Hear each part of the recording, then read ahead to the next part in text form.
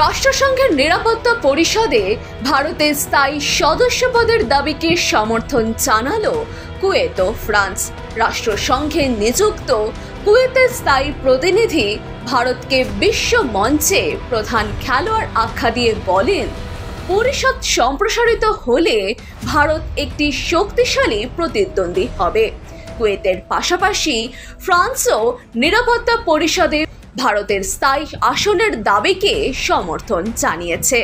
রাষ্ট্রসংঘে তাদের সভাপতিত্বকালে এই দাবি অগ্রাধিকার পাবে বলে জানায় প্যারিস।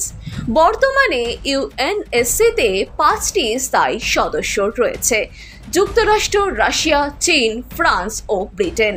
চীনের বিরোধিতায় ভারতের দাবিতে বাধা থাকলেও আন্তর্জাতিক সমর্থন ক্রমশ বাড়ছে। উন্নয়নশীল বিশ্বের পক্ষ হয়ে ভারত তার অবস্থান জোরদার করছে।